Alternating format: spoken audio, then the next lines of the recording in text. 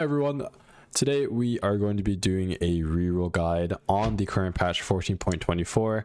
We are back from Macau, so the classes will resume as regular at the regular times.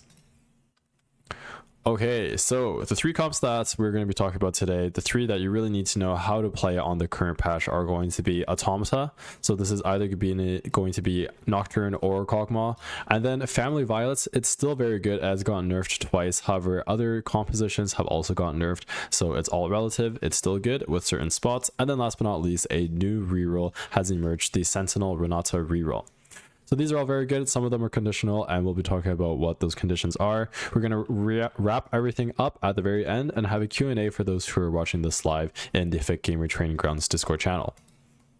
Before we get started, we have some exciting 2025 Fit Gamer events coming up. So the first one is going to be a fireside chat with the CEO of Cloud9. You can join this for free and learn from the owner of the best organization in North America. The link will be in the description and in the pinned comment.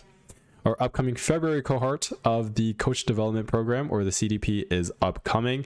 Remember, this is a program to help take your knowledge as a coach further and also get you that official certification. This is designed and developed by former Cloud9 staff, so make sure you check this out, and you can use the code YouTube for 20% off your tickets. This will also be in the description and the pinned comments. So make sure you check both of these out. 2025 is going to be a banger of a year. All right, let's hop into the TFT stuff. So Automata Reroll here, we have Nocturne and we have Kogmaw. Remember, these are two separate compositions. So this is going to be a level 6 and a level 7 reroll comp. So level 6 here and level 7 here, since we're going to be rerolling 2 and 3 costs. This is a artifact check composition, which means that you will only be playing this if you have these specific artifacts. For Nocturne, it is going to be the range extenders, so either a sniper's focus, rapid fire cannon, or a fishbones. There are a couple other ones. You could also do Death Defiance, you could do Infinity Force, but your spot has to be quite good in order to use these other artifacts. Kogmaw is going to be one of 3: Wit's End here, Gambler's Blade, or Lichbane. All 3 will have different builds, which I will talk about when the time comes. For both of these compositions, Automata +1 is best in slots, and if you are able to hire that Malzahar, hopefully on level 8 or off of Carousel, get that 6 Automata in, you will be good to go. Starting off with the Nocturne Reroll board, the way you're going to play this is you're going to level to 6 on stage 3-2 and then stabilize. So you're going to roll a bit until you have Nocturne 2 and you have 4 Automata in. You don't necessarily need to have Blitz 2 or Kogmaw 2, you just need to have your Nocturne 2 and 4 Automata for this one round. Nocturne Best in Slot is going to be a range artifact. Just remember, this is either the Fishbones, RFC, or the Snipers, plus an Infinity Edge, plus a third item. Now, this third item will either be a Quicksilver, Giant Slayer, Last Whisper, or Hodge, depending on what you have. And if you already have an Even Shroud, if you have an Even Shroud, you don't need Last Whisper, and you could go one of these other 2, or other 3. You want to fit in 4 Quick Striker and 4 Automata ASAP. That is really how you're going to cap out your board. And since we are going to be really focusing on Nocturne, you don't have to reroll the Akali unless you have, for some reason, excess items for her.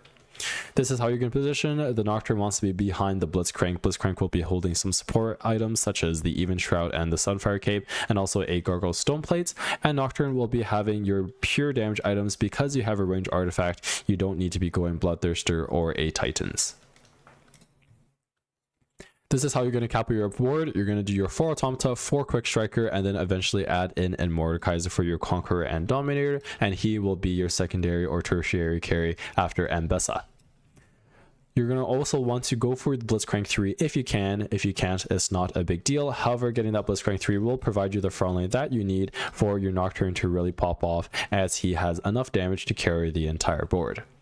A lot of really good augments to go along with this composition is the first one is going to be getting those artifacts, so either through Portable Forge, Living Forge, Artifact Tree. These are all good. You're really fishing for that fish bones, sorry for the pun, or the RFC or the Sniper's Focus. Also with Automata +1, this will allow you to go for the 6 Automata win out condition. Some of the other ones that are very good: Prismatic Ticket allows you to hit Fractured Crystals, Latent Forge, same thing, fishing for this. However, a little bit riskier since this will come a little bit later. Immovable Object, Investment Strategy, Adrenaline Burst, Health is Wealth 1 and 2, Inspiring Epitaph, and Mace as well are all great for this specific composition. Now, when the anomaly comes, there are a couple really good ones that you want to be looking out for. Bully, Call of the Week, Comeback Story, and Invisibility are going to be Nocturne's best. So look out for one of these if you can, and this will really up the damage of your already really strong Nocturne.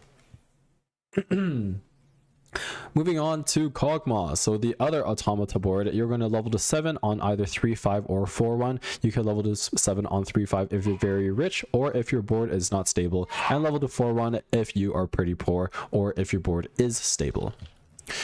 Stabilize with Cog 2 and Blitz/Scar 2, just depending on whether or not you have an Automata emblem. If you have an Automata emblem, you will be playing at least 4 for the time being, and then looking for that 6 Automata. If you do not have an Automata emblem, you'll be just playing the Watcher board instead, and you won't be playing any of this Blitzcrank. Now, the 3 builds here, you could take a look for the Kogmaw. The first one, we'll talk about Gambler's Blade. If you are going the Gambler's Blade artifact, your other 2 items will be a Rage Blade and then a Gunblade. You can also go Archangel instead of this Gunblade. If you have a Lichbane, your 2 other items will be Shojin and Blue Buff, because you just want to be casting as much as possible, so you really don't need to worry too much about the attack speed, and your damage comes from the actual proc of the flat damage of the Lichbane, which is why you don't need the Archangels. And then the very last one, Wit's End. This is going to really replace your healing items, so no Gunblade here. You'll be going the Rage Blade and the Archangel, and this will finish off your 3rd build.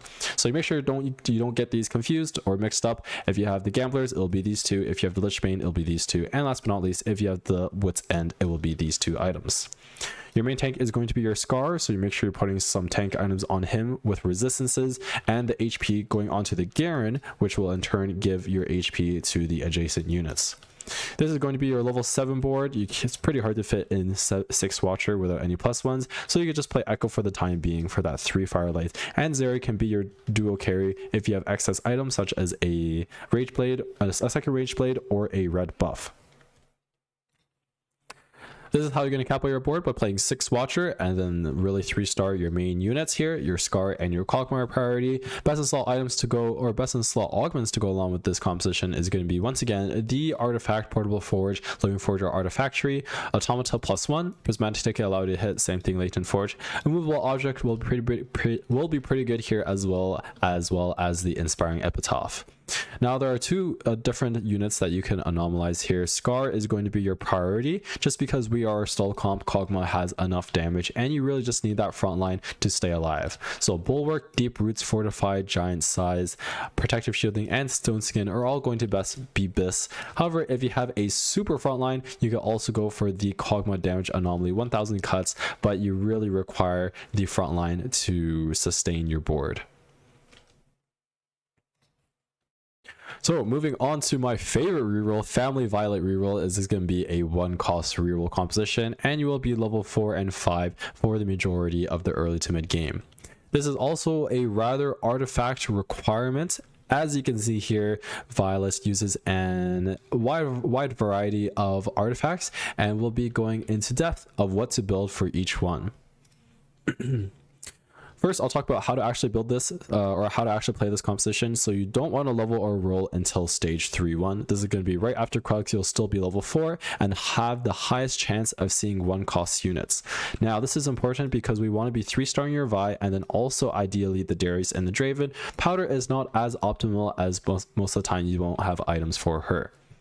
Now, regular Violet items, let's say you don't have any artifact, however you still have a really good spot, perhaps a family +1, etc. You'll be building a Bloodthirster, Titans, and a Sterix or a QS. This is going to be your non-artifact Violet build. Now, let's say we have one of the artifacts here. I have ordered this where the first row is going to be the best, so I'll just do like the best. This is going to be the second best options, the third best options, and then the fourth best. Doesn't mean that it's bad, it's just the first options for the artifacts are much stronger than the fourth option. So here we go. Fishbones, Infinity Edge, and Hannah Justice. There's kind of a trend here. For all of the range augments, you will be going Infinity Edge and Hodge. None of this BT Titans, just because you are not going to be getting up close and dirty. You'll be punching from a range, which is why you just want pure damage. We have all seen Trenchcoat Violets. With Trenchcoat, you want to go Eon plus the Sterix. Spectral Cutlass, you want to be going BT Titans as well. This is fine. There's going to be a lot of BT Titans here, so like this Defiance and Mittens, this is also BT Titans. For the Silvermere Dawn, you deal an absurd amount of damage. You don't really need the Titans, you just want to have healing as you one-shot everything. An Affinity Force is also going to be a BT Titans, and then a Prowler's Claw is going to be a Hodge IE as well, because of the Prowler's Claw giving you the crit, and you want to synergize that with the bonus crit. So this is how you're going to want to itemize each of the artifact options here. Your Vander is going to be holding support items, so like an Even Shroud, Redemption, and a Sunfire. And then Draven will be your secondary carry. If you could 3-star him, if you cannot, you will eventually move these backline items over onto the Gangplank. This will be the Rage Blade, the Runons, and the Death Blade. This is how you're going to cap out your board, by just going up in vertical pit fighter. Let's say you do not have a Darius 3, you just have a Darius 2-star, and you find a better unit such as a Victor. Feel free to drop the Darius and just play the Victor in the back line. Now, some good augments to go along with this composition. Once again, the artifact, as we can use so many: Family +1, Pit Fighter +1, Priz Ticket, Latent Forge, Immovable Object, Inspiring Epitaph, and Investment Strategy. These are all really good augments for most of the reroll compositions. Now, regarding the anomaly, you will only want to be putting this onto the Violet Bully, as we are a 3-star unit, so giving that extra damage amp. Same with Force of Friendship and Avarice Incarnate. Ultimate Hero, although nerfed, is still very good. However, I would only take this if, let's say, you're above like 50 HP plus and you have a strong enough setup where sacking 2 rounds afterwards you will be able to win out, or at least still secure your top 4. The very last one is going to be Comeback Story. Once again, just giving some bonus damage amp onto your Violet is going to be quite good. So this is how you're going to finish off. Your Vi and your Savikan can hold your excess items, any Thieves Gloves, any melee bruiser items, and you want to be positioning the same side as the enemy carry and really getting to them ace as soon as possible. And moving on to our third and final composition of the night, we have Sentinel Renata Reroll here. This is going to be a 1 and 2 cost reroll, and you will be rerolling from levels 4 to 6. This is going to be a magic damage stall composition, and will require you to have at least 2 tiers and be uncontested, as we will be going for that Renata 3-star. So this is what your level 5 board is going to look like. You're just going to playing 4 Sentinel for the meantime and having Renata into the backline. The way you want to play this is very similar to the Scholar Bastions board from previous sets, where you still want to be going for that 3-star 1 cost. However, you also want to be going for that 3-star 2 cost. So the way you're going to do it is you're going to roll a little bit on level 4. So sorry, this is supposed to be level 4.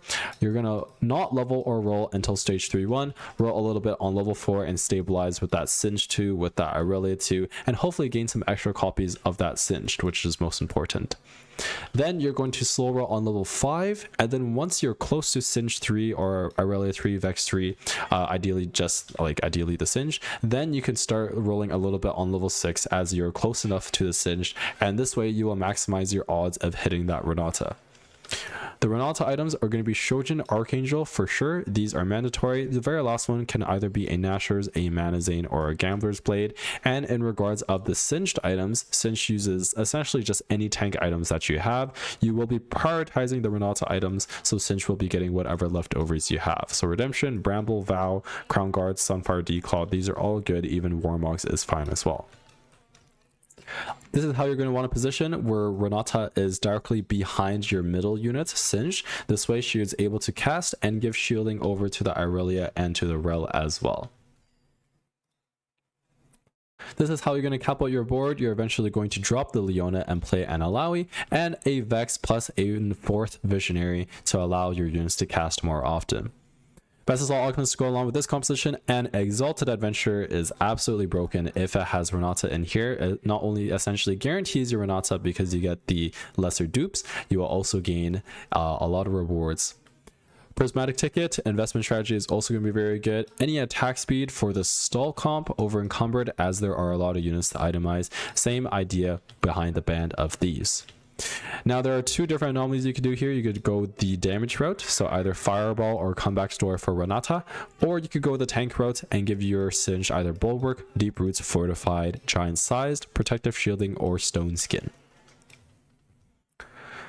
So that has been everything for today. I'll do a quick recap on the 3 comps, technically 4 that we talked about today, and then we'll head into Q&A. So there are 2 Automata compositions that you could be playing on this current patch, and they're both artifact checks, and you range onto the Nocturne and you're good to go, or Gambler's Lichbane or a Wit's End and you are Kogmaw.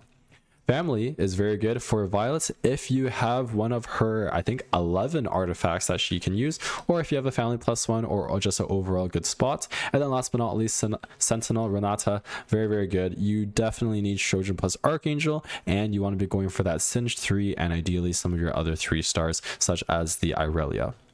So that has been everything for today. Make sure you check out the links in the description for the Fire Talk and also the CDP, and check out the links also for my socials as well, including my new YouTube channel. That has been all. I will see you all next week, and best of luck, happy holidays, and take care.